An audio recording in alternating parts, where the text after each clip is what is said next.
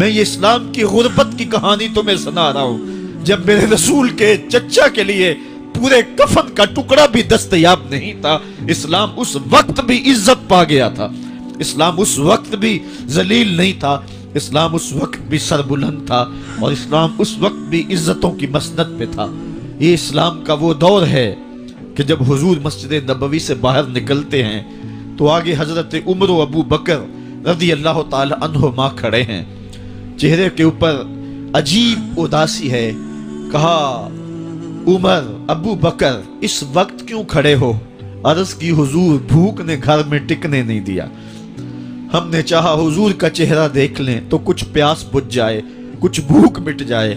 حضور نے فرمایا میرا حال بھی یہی ہے، جس چیز نے تجھے گھروں سے نکالا ہے وہی چیز مجھے گھر سے نکال لائی ہے۔ چلتے ہوئے حضرت ابو ایوب انصاری کے گھر کے قریب سے گزرے،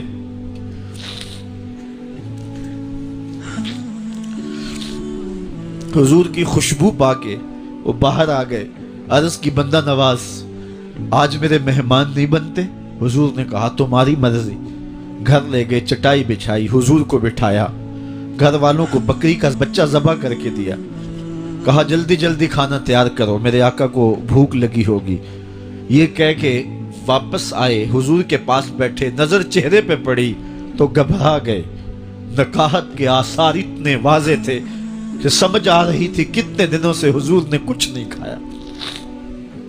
اٹھ کے باغ میں چلے گئے، کھجوروں کا خوشہ توڑا، حضور کے سامنے رکھا، کہا بندہ نواز جب تک کھانا تیار نہیں ہوتا یہ کھجوریں تناول فرمائیں۔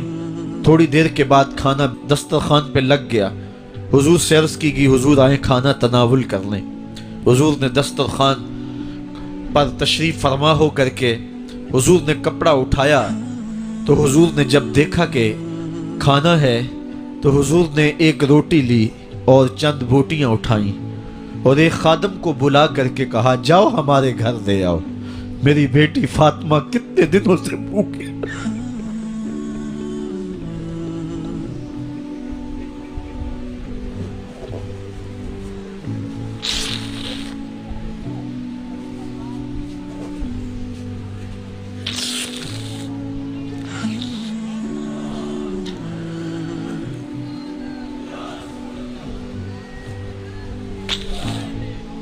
کہا جاؤ ہمارے گھر دے آؤ، میری فاطمہ کتنے دنوں سے بھوکی بیٹھی ہوئی ہے، مال کے کونین ہیں گو پاس کچھ رکھتے نہیں، دو جہاں کی نعمتیں ہیں ان کے خالی ہاتھ میں۔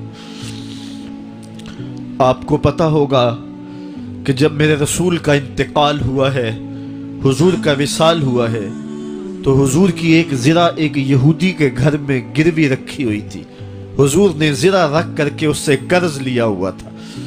یہ اسلام کی غربت کی کہانی ہے، اور پھر اللہ نے اسلام کو امارت کے رنگ بھی دیے۔ آؤ تمہیں کہانی سناؤں، حضرت عدی بن حاتم روایت کرتے ہیں، صحیح بخاری میں روایت ہے۔ یہ حاتم تائی کے بیٹے ہیں، کہتے ہیں میں حضور کی خدمت میں حاضر ہوا، ایک شخص آیا کہنے لگا حضور غربت نے میرا برا حال کر دیا ہے، اور اس نے شکایت کی غربت کی، پسماندگی کی اور اپنی معاشی بدحالی کی۔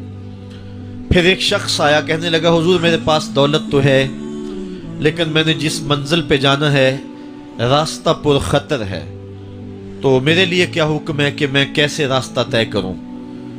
تو یہ دو لوگوں نے یہ باتیں کی تو حضرت عدی کہتے ہیں کہ حضور نے روئے سخن میری جانب موڑا اور میری جانب مخاطب ہو کے کہا عدی تو نے ہیرا دیکھا ہے؟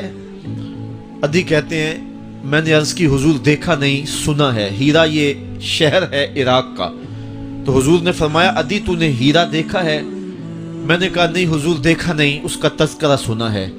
فرمایا عدی اگر اللہ تجھے زندگی کی مہلت دے تو ہیرا سے ایک خاتون چلے گی، تو اپنی آنکھوں سے دیکھے گا اور مکے تک پہنچے گی اور اللہ کے گھر کعبہ کا طواف کرے گی، اور اس کو ہیرا سے لے کر کے مکے تک اللہ کے علاوہ کسی کا ڈر نہیں ہوگا۔ کہتے ہیں کہ میں نے دل میں کہا کہ پھر بنو طے کے ڈاکو مر گئے ہوں گے جنہوں نے عرب کے اوپر روب ڈال رکھا ہے، تو وہ تو پھر ختم ہو گئے ہوں گے، کہتے ہیں میں ابھی سوچ ہی رہا تھا کہ حضور نے مزید میری حیرت میں اضافہ کرتے ہوئے کہا عدی اگر تجھے اللہ نے زندگی کی مہلت دی تو تو دیکھے گا کہ کسرا کے خزانے تیری جھولی میں ہوں گے۔ تو اس دور کی سپر طاقت تھی۔ میں نے کہا حضور کسرا بن ہرمز؟ حضور نے فرمایا ہاں کسرا بن ہرمز۔ کہتے ہیں کہ حضور نے پھر فرمایا عدی اگر تو زندگی پائی تو تو وہ دن بھی دیکھے گا کہ ایک شخص زکوٰۃ کی رقم لے کر کے، زکوٰۃ کی چاندی لے کر کے، زکوٰۃ کا سونا لے کر کے نکلے گا اور اس کو کوئی زکوٰۃ کا مستحق ہی نہیں ملے گا۔ حضرت عدی بن حاتم کہتے ہیں کہ پھر میں نے وہ منظر اپنی آنکھوں سے دیکھا کہ ہیرا سے ایک خاتون چلی اور مکے تک پہنچی اور امن ایسا تھا کہ اس کو اللہ کے علاوہ کسی کا ڈر نہیں تھا۔ پھر وہ لمحے بھی میں نے دیکھے کہ کسرا بن ہرمز کے خزانے مسجد نبوی کے باہر پڑے ہوئے ہیں۔